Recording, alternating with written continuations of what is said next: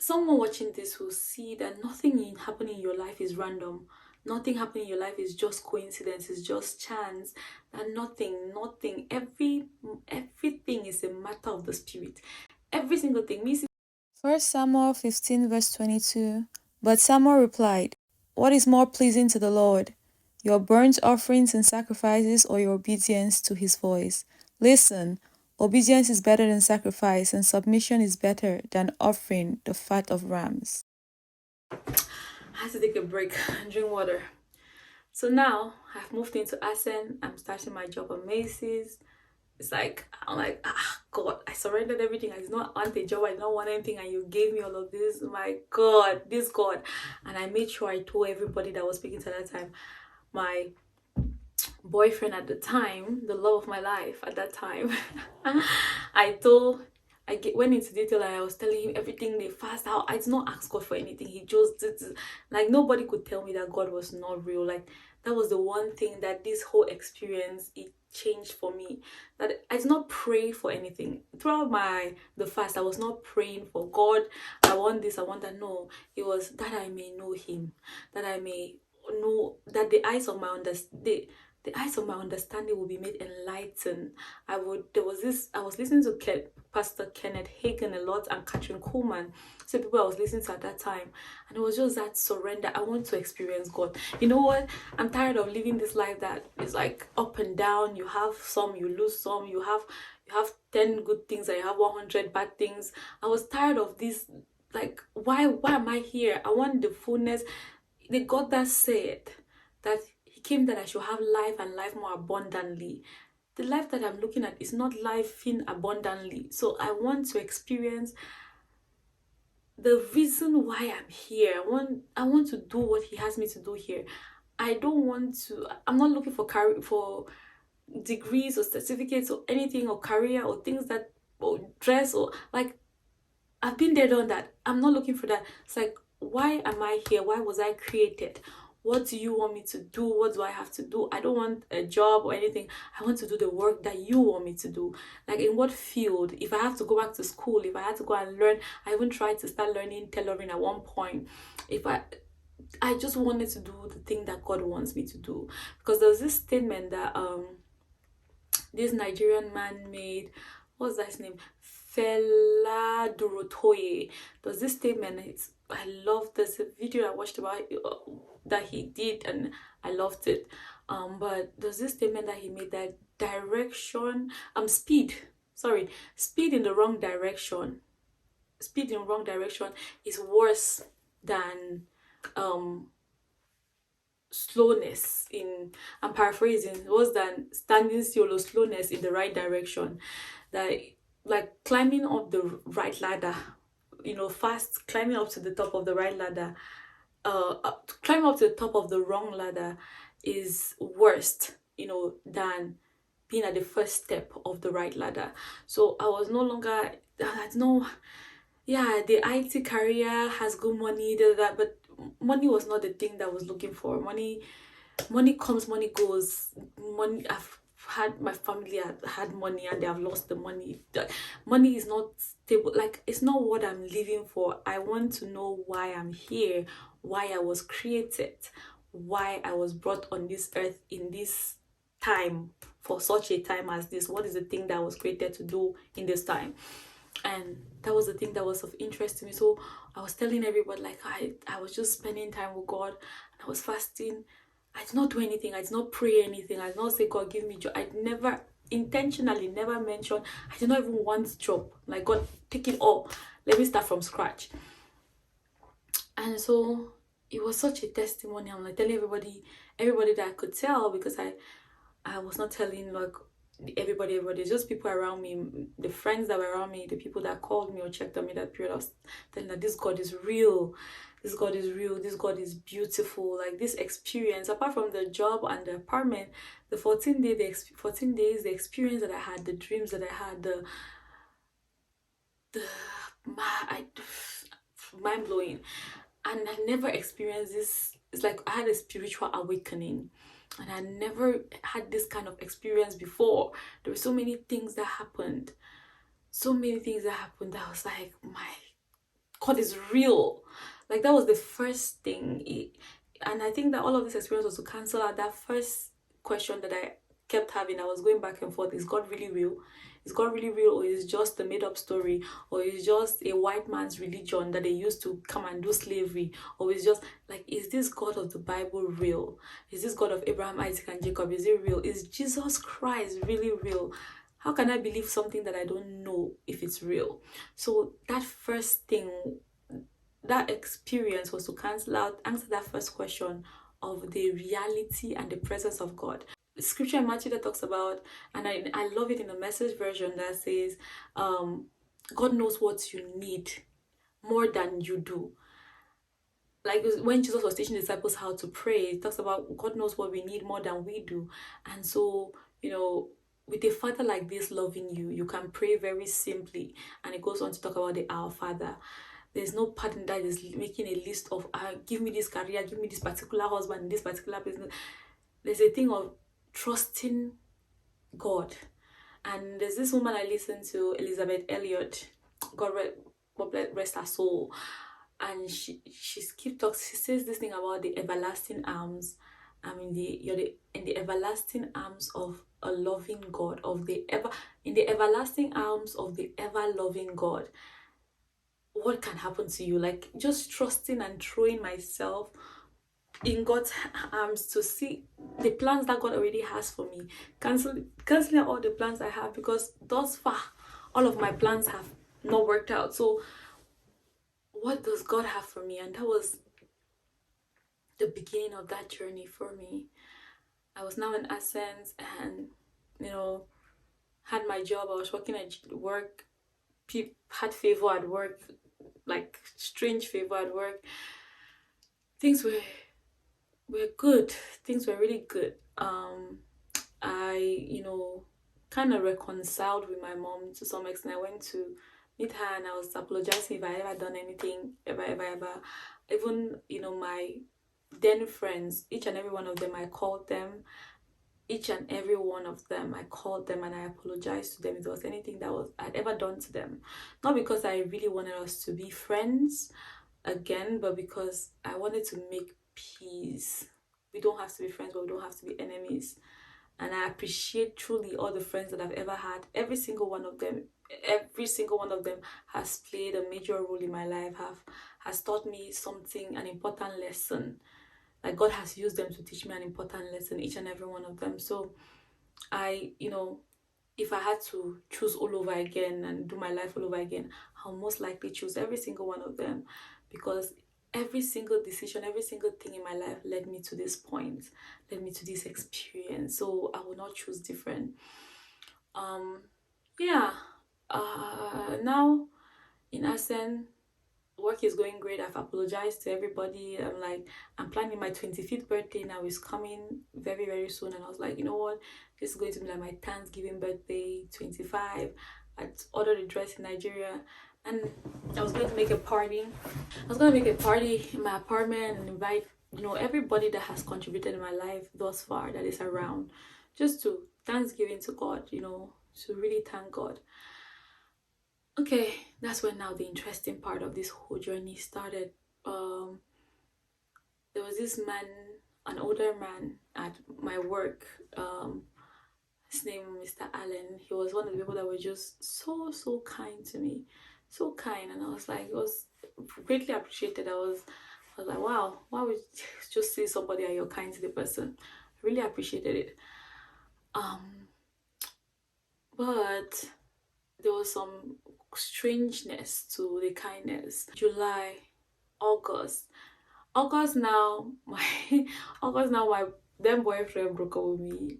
He did his fast and he came and told me that God said after his fast that God said I should break up with me, and I was broken. I was as broken as when my grandmother died, because I had prayed to God that if this is not it, let it just end. There was a time that I was ready for it to end. And then the time that I was like, oh, okay, it means that God has approved of this relationship, and now it's ending. I was flabbergasted. But I respected it, even though I respected his decision, even though I did not understand, and I prayed to God. I was so angry. I remember the night I was not angry even. At this point, it was not even anger. I was pain. So much pain. I'm like, God, I asked you if he's not the one, remove him. It's like at this point, even if he's not the one, I want him. Even if he's not the one that created, it's him that. I remember praying and I'm like, God, even if, and I just look back and like, you know, these stubborn children that throwing tantrums. I'm like, God, I take back my life. Give me back the even if this is not the one, this is the one that I want. And I was in a bad place for a while, but there's a God that comforts. There were so many things that started happening. I started having dreams back to back, clearly 3-4 dreams in one night. Dreams about the past, dreams about not even my past, dreams about my family's past, different members of my family, their past, things that they had not told me even.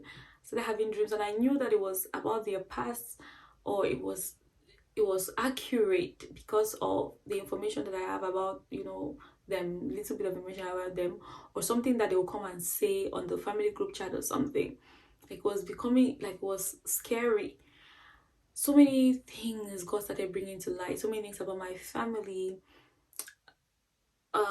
talking about like in terms of generational curses. It's one thing that, you know, people are either talking about it too much or they're not talking about it at all, but it's a reality. They're generational, I think I call it, I prefer to call it generational compromises. The choices that, because again, the curses that they reward or the result of the compromise that has been done. God started revealing to me the compromise that has been in my family, different sides, father side, mother side, for generations and generations and generations. And the things that I kind of knew about, but I knew about in a minuscule, on a small scale.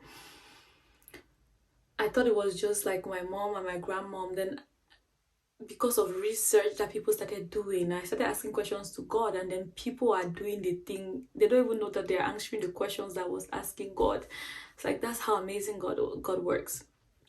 And then I started seeing that it's something that is down in the family tree, ages and ages and ages. And that's something I'll talk about in another video, because I don't want this video to be too long, and I also don't want to rush over it. It's something that is very sensitive, and it's things that we need to pay attention to. Yeah, I'm not one in a million people. Every single human being on this earth comes from one family, Adam and Eve. Because we come from Adam and Eve, there is already the curse of disobedience that we're walking in, that fruit of good and evil that is in each person. Each family, whether white, black, left, right, there are curses because of the compromises that their grandfathers and great grandfathers have done, that it keeps reflecting itself even in the younger generation. And if you don't stand against the compromise with God, you continue in those same patterns. So it's not that, oh, my family is so bad. Every family has that, you know. It's just different things. Some is poverty, some is marriage, some is success, some is health. There's so many things.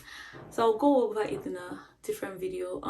But yeah, God started revealing more about my family, where I was standing, right where I was standing, the things that I was dealing with, the reason why my life was the way it was going, because of the tree that I was from, you know, the blood in my bloodline, the blood inside my blood, the blood inside my vein. I'm so tired right now. I've been speaking for like hours, but I have to finish this video today.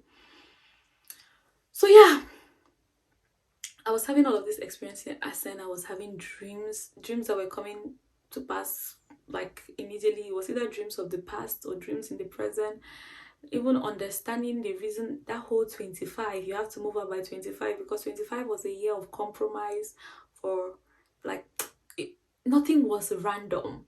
And I'm saying all of these things to say, I'm going to all of these details so that someone watching this will see that nothing happening in your life is random. Nothing happening in your life is just coincidence, it's just chance. That nothing, everything is a matter of the spirit. Every single thing, me sitting on this front of this camera today talking, it's a matter of the spirit. It's God that has brought me right here. I can give you detail how I got here. And even you watching this video right now, it's not a random thing, it's a matter of the spirit.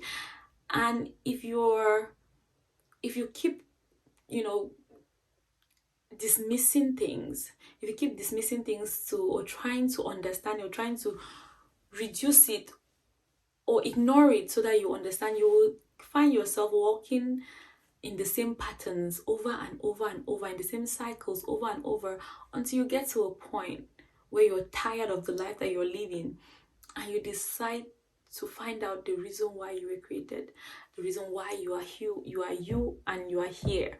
So that's the reason why I'm trying as much as possible to go into all of this detail. July, August 2022, great. September came around, and then my work permit expired.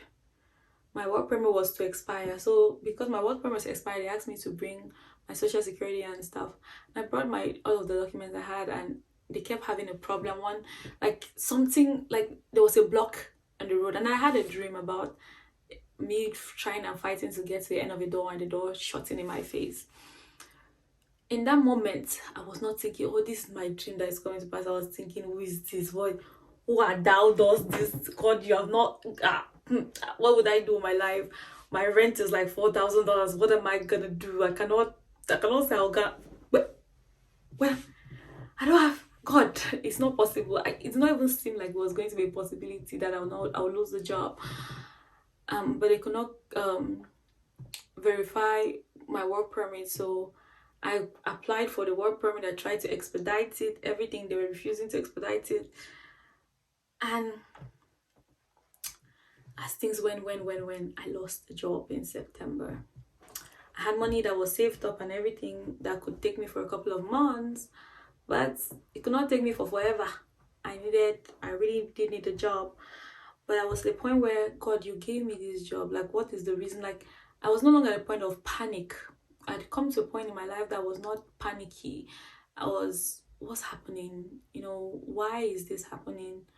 What am I supposed to be learning here? What am I supposed to be seeing in this situation? Does not mean that I did not cry. Like I said, all of the things I talk about my emotions, I try to understate my emotions, because I'm a very emotional person. I'm a 1 million. I'm the happiest.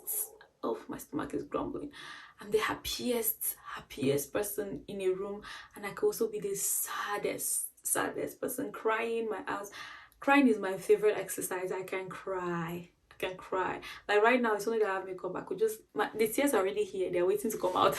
So I always try to understand my emotions, but in all of these things, I was crying. I'm asking God in deep tears, sorrow and agony and pain, because I was feeling the pain as if they were removing my heart in everything that was happening. I've lost the job at ASEN. I'm not understanding what's happening, but I'm thinking, you know, this is going to be resolved very soon. This is September, and then I had an instruction to go on live. I had an instruction from God to go on live video on Instagram every day, like with everything that was happening, to go on live every single day in the month of September and sing praise and worship. I called it Jesus Joy September. I still have all of the videos on my Instagram today, and I don't even understand how I was able to even go on live and even praise and worship, because my mind was breaking. My life was falling apart. Like before, I thought my life was falling apart. This time around, my life was falling apart. But obeying that instruction and going on live every day in the month of September, it's not really go every day, but I tried to go every day. That was the thing, that because I had something to do, I wasn't just idle, I wasn't depressed. It's the thing that gave me joy, that held me, that I had like an anchor not to die with everything that was going on with me at that point. After September finished, it was November. Like I had rent to pay for. I paid rent for November, so everything, and it's like I'm still waiting that God will come through and everything, because my rent was a lot, my bills were a lot. And I was still thinking, God did not bring me definitely did not bring me this far to abandon me. So I'm waiting to see a miracle because God has not failed me before. It's going to be a huge miracle. So November came and I'm like, every day I'm waking, I'm like, no, this is the day that God will help me. This is the day, and I'll go back to sleep. Okay, maybe tomorrow is the day that God will help me. And I wake up the day, this is the day that God will help me. Okay, maybe tomorrow. I was in that cycle. It's like I was running mad. Like I could not do anything. And I spoke earlier about Mr. Allen that was so kind to me. He kept inviting me for dinner, to go out and eat, to go out and eat. And I'm like, I'm fighting for my life. I'm fighting for my destiny. I'm not really interested. Then he kept saying, oh, he wants to celebrate my birthday, my 25th birthday. I'm like, and I wait till 25. It's what do this 20? My mother was there, her end 25. I'm having 20. What is it? This 25. What is inside this 25 that leave me, push you, leave me. It's like he wants to celebrate my 25. I'm like, I don't want. It's like, oh, it's a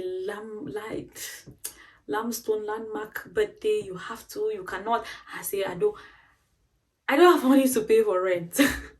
I don't have money to buy food. I don't have money. I don't know how my life is going to turn out in the next couple of months. Then I'm going to be doing a lavish 25th birthday to do what? It's to impress who and what?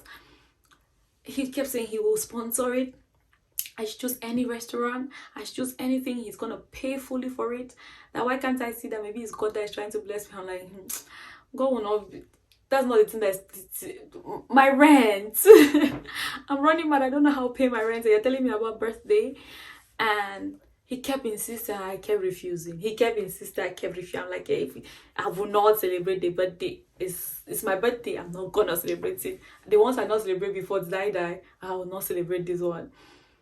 And then he kept insisting. I'm like, it's not a financially wise decision for me at this moment because is way older. It's like older than my grandmother.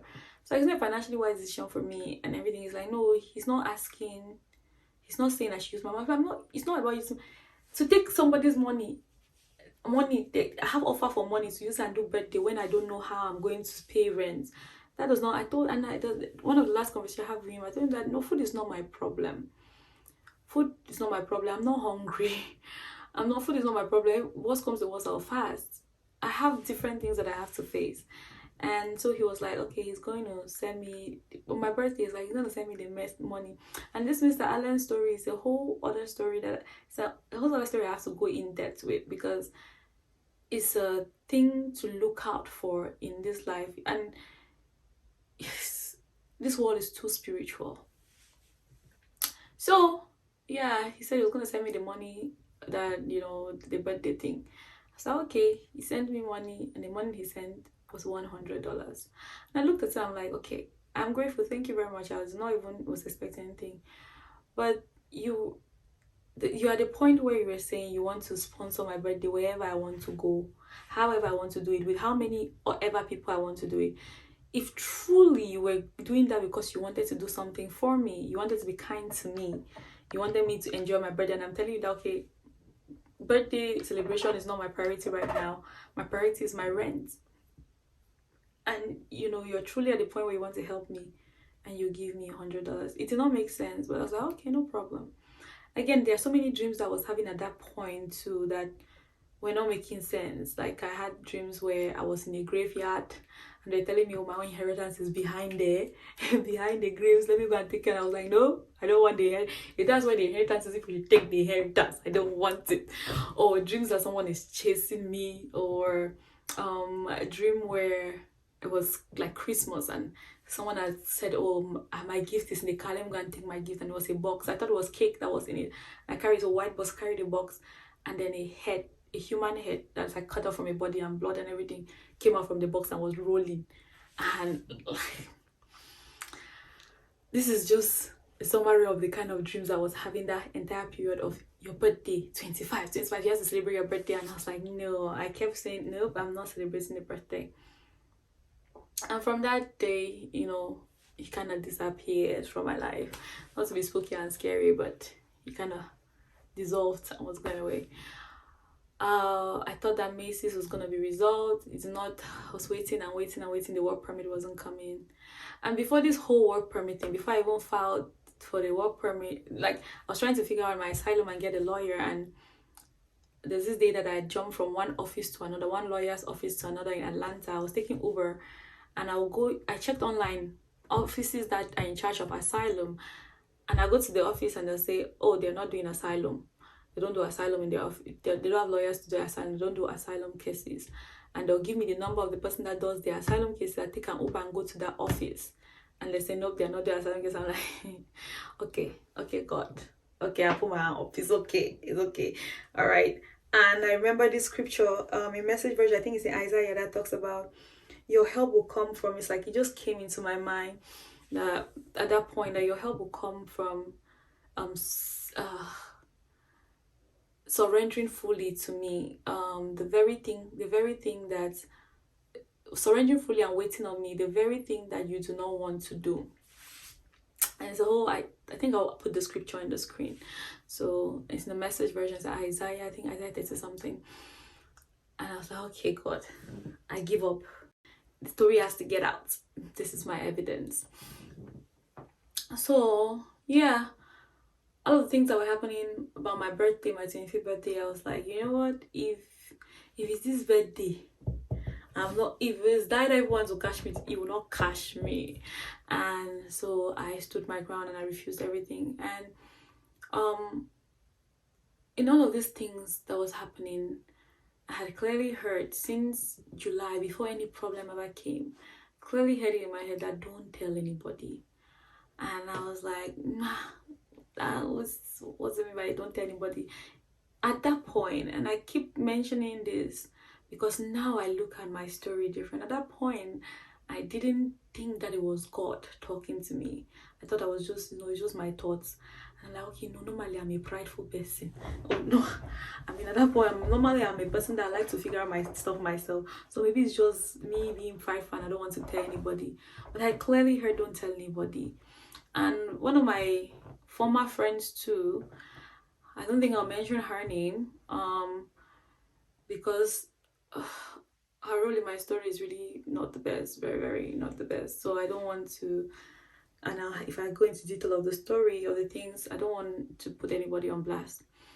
But she had told me something about, she had a dream, and God told her that in the dream, because it's one of those people that always talk about they dream. I really don't. I never used to take my dreams seriously. Even at that point in 2022, I did not even still was taking my dreams seriously like that. So she came and told me, and she was saying how she had a dream, and God was saying how I don't like to talk, I like to keep my.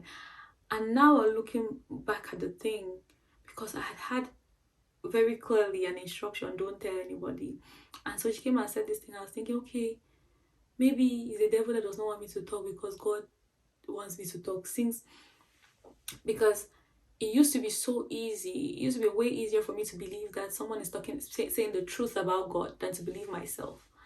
So you could come with something and say, oh, God said, and I'll believe what you said over the thing that God has told me. And it's something that God also had to train me in, teach me in. If you know about the old prophet and the young prophet in the Bible, what is that? Which place in the Bible is it there? I've forgotten. It's the Old Testament. I've forgotten the book. I can find it, but I've forgotten the book. But even that story, there were so many things that God had to teach me and take out of me, that I have so much belief in others more than I believe myself. I believe that, and that's why people call me naive, because I be believing people. I don't see the reason to lie. I will not lie to somebody, but I do not, I think, okay, somebody is telling me something, means that it's really, really true, and I'll take it over what I know to be true. Whew. So she told me about the whole thing about she had a dream, God told her, and I was like, okay, maybe I'm being prideful, maybe I'm really just being prideful, let me tell her. And I told her things that was happening, and that was a mistake I made, because it opened a different kind of worms in me even going to apply for a work permit, because I knew clearly God had said let me not apply for a work permit. But because now I'm telling people, they have their opinions, and if I'm not doing their opinions, it's like, oh, I don't even want to help myself, how can somebody help me? So I had to be doing what people were telling me to do and everything. And God allowed me to my following people for a couple of months. This was September, October, November. And in December, in December, I was like, you know what? I was watching Catching Coleman because at this point, September, October, November, I was trying to help myself. I was trying for people to help me. For people, I was trying. So much was happening in that period. And December, this morning, early in the morning, December 2nd, I was watching Catherine Coleman, and this December was the month that all of my money, all of the savings now had finished. Everything was finished. Credit card finished. Everything maxed out. I had zilch to my name. $0. I think I had like 61 cents in my account. I still have 61 cents. So I was I stood now December 2nd. This morning, early in the morning, I woke up very early in the morning. And I was listening to Catherine Coleman, and she was talking about surrender, total surrender. And in my head, I'm like, but God, I've already surrendered now. As I know already surrender in me, I totally surrendered.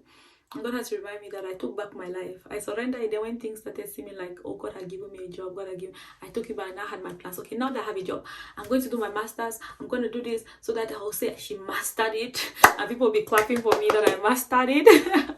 So I took back my life and I had my plans. Okay, I'm going to work for this. I will do real estate. I had forgotten the surrender that I surrendered because God had now started giving me things. I had forgotten. I was like, okay, yes, God, now they're giving me, okay, I already have plans. And God left me to my devices, and when all of them failed me. So that morning, and I was just thinking, but did I not surrender? And I had the thought of like, okay, if I really had surrendered, what would it cost me to surrender again? Why is it seeming so difficult to surrender again if I truly believe that I surrendered? And I was like, maybe there was something on, so I had surrendered and unsurrendered. So I was in a space where I was like, you know what, God, I knelt down in my bathroom in my apartment in Assen. I was like, Father Lord, it's okay. It's okay. And all of the striving ceases. I'm not trying to help myself again. You're the God that has brought me here. You kept me alive when I did not want to be alive. You brought me here. You gave me the job. You gave me the apartment. If you want to take it all, it's okay. If you want to take it all, even with my life, if you want to take it all, it's okay. Thank you so much. I've enjoyed. It's okay. I lay it all down. And I say all of that in a lot of tears. And immediately that same day, as I stood up from the ground after praying in my bathroom, I don't know why I be praying only in my bathroom. I be praying a lot in my bathrooms everywhere. But immediately I stood up from the ground, I went to wash my face, like brush my teeth, because I just woke up from bed, and I tried to switch the light, and there was no light. I'm like, huh? I had a notification or a message, I think a day before, 2 days before, that they were going to switch off my lights on the 21st of December. So I still had time. What do you mean by that same moment that switch off my lights? I'm like, okay. I laughed. I'm like, okay, this is not the first time that I've decided to do something for God and then something contrary is happening. I just laughed. I'm like, okay, no problem. It means that what I'm doing is the right thing. All right. I immediately, before I even could step foot out of my bathroom, started receiving messages came into my phone, and it was from my uncle, my mom's brother. If you remember earlier, I said we were really, really close, and he started saying all sorts of things to me about, because whatever my mom has said, he started saying all sorts of things I still have. And I'm saying this so that even if my family members are watching this video, I'm not here to put anybody on blast, but if you want me to have evidence, I will put the evidence there, and I'll put all of the messages. I'm joking. It's not necessary. I'm like, yeah, like he said all kinds of things, all sorts of very, very, very, very hurtful, demeaning, insultive things, and I just looked at it and I laughed. I looked at it and I laughed because what are the odds? I had just decided, okay, God, I'm giving it all again. I've surrendered. I'm not. And immediately I had that prayer. I heard again. Don't tell anybody. This was before anything happened. I heard it very clearly. Don't tell anybody. Before I checked the lights. I think it's before I checked the lights, or it was after I checked the light. It's like, don't tell anybody. The only person or people that I could tell at that moment, if I did not have the instructions not there and things started getting bad, was my family. But then immediately, it's like God knew that it would be hard for me to follow through with obeying. I was at a stage in my life where I will not necessarily obey because of fear. Like, what do you mean I don't tell anybody when I have family that I can tell my family? So my family needed to denounce me or disown me. And I think that's what they did. My uncle sent the message and then blocked me. My mother was calling me like she wants to talk to me. I was like, okay. I called her and she said all kinds of things. And it was, what do you mean by this? Like bringing up different kinds of things. And I might go into detail, but it's just, it's family things. And she said all kinds of things, said all kinds of things. I was like, okay, oh, all right. Thank you very much. Immediately we got off the phone. She removed me from the family group because she was a group admin. She removed me from the family group. The family, because I had two family